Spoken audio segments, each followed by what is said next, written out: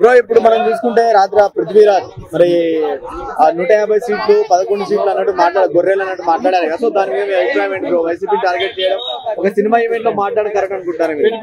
అయితే అదేదో తప్పన్న మామూలు అయితే సినిమా ఈవెంట్ లో సినిమా గురించి మాట్లాడాలి కానీ ఆ వ్యాఖ్యలు చేయడం చాలా తప్పు. ఎందుకంటే అతను చేశాడంటే ఇంతకుముందు ఏదో అతను వైరల్ అయ్యాడు కదా, ఏదో కేసులో ఏదో ఉంది వైసీపీలో ఉన్నప్పుడు. వైసీపీ పార్టీ వాళ్ళు అతను సస్పెండ్ చేశారు కదా, అది మొత్తం మనసులో పెట్టుకుని వాడు ఇతను అంటున్నాడు మళ్ళీ వైసీపీ అధికారంలో వస్తుంది, ఆ తర్వాత ఇతని పని కూడా చూస్తారు. ఇతని పని చూడాలంటే ఎమ్మటే నిమిషం పని, కానీ ఇతన్ని పట్టించుకోరు. ఇతను పెద్ద పట్టించుకునే టైం వేస్ట్ క్యాండిడేట్ కాబట్టి ఎవరు పట్టించుకోరు వైసీపీ. అది వైసీపీలో ఉంది అంటే కూటమి చేసిన తప్పుల్ని వాళ్ళు బయట పెట్టాలని ముందున్నారు. అంతేగాని ఇలాంటి చిన్న అంటే ఇప్పుడు సినిమా ఫంక్షన్ లో వచ్చి ఇలాంటి వ్యాఖ్యలు చేయడం కరెక్ట్ అనుకుంటారా మీరు? తప్పన్న మాటికి తప్పు. సినిమా ఫంక్షన్ అసలు అలాంటి వ్యాఖ్యలు చేయకూడదు. అది విశ్వసేన గారే చెప్పారు కదా, ఇట్లా అతను నేను ఉండింటే అతను మైక్ గుంజుకుని వెళ్ళిపోయేవాడిని, నన్ను క్షమించండి, నా సినిమా మీద ఓడమాకండి అని చెప్పేసి అతనే చెప్పాడు.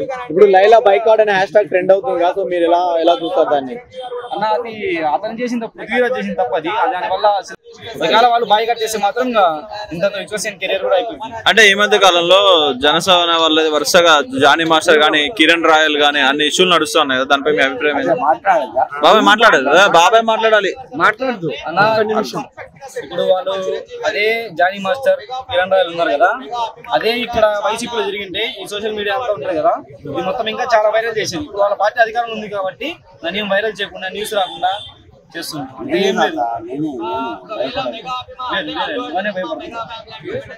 సో ఓవరాల్ ఒక్క మాటలో ఈ ఏవైతే వ్యాఖ్యలు ఉన్నాయో దాని మీద మీ అభిప్రాయం ఏంటి? అన్నా ఏం లేదన్నా, వైసీపీలు తలుచుకుంటే పృథ్వీ కాదు, వాళ్ళ నాన్న కాదు, వాళ్ళ ముత్తాతలైనా మట్టి గరిపగలరు. అది తెలుసు వైసీపీ పార్టీ బలం ఏందో. అది కార్యకర్తలు 40% ఓటు షేర్ ఉంది, ఎమ్మెల్యే లేకపోయినా అది 11 సీట్లు ఉన్న కాలర్ ఎగరేసుకుని చెప్పగలం. సింగిల్ గా వచ్చినాం, సింగిల్ గా పోటీ చేసినాం. బాబాయ్, పృథ్వీరాజు నిన్న లైలా ఫంక్షన్ లో వైసీపీని టార్గెట్ చేస్తూ 150 గొర్రెలు 11 గొర్రెలు 9 గొర్రెలు అన్నట్టు మాట్లాడారు కదా, సో అలా మాట్లాడడం కరెక్ట్ అనుకుంటున్నారా మీరు? అరే నువ్వు జగన్ ని తట్టుకోగలవారా? జగన్ విడిచిపెట్టు, నన్ను తట్టుకుంటావా? కుర్చీ మొట్టగా నువ్వు ఎవరిమైనా సరే ఈ కుర్చీని తట్టుకుంటావురా?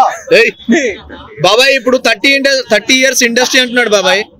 నా మొట్టగా 30 కాదు 40 ఉన్నా కూడా ఇట్స్ పెడితే కుర్చీ అంటారు, నన్ను తట్టుకుంటావురా?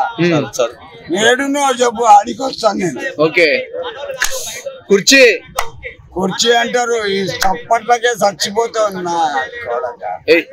జగన్ గారు మళ్ళీ అధికారంలోకి వస్తే పృథ్వీరాజు అయిపోయినట్టేనంటారా? ఆరిపోతాడు. ఆరిపోతాడా? ఎవడయ్యా పృథ్వీరాజ్? ఎవడు? జగన్ ను తట్టుకునే శక్తి ఏమనుకుంది? ఎవరికి లేదు. Jagan is tiger. షర్మిల చింతబులి వాళ్ళమ్మ భారతమ్మ ఇంట్లో ఉండి ఫోన్ మీదే రాజకీయం నడుస్తుంది. దేవతనా?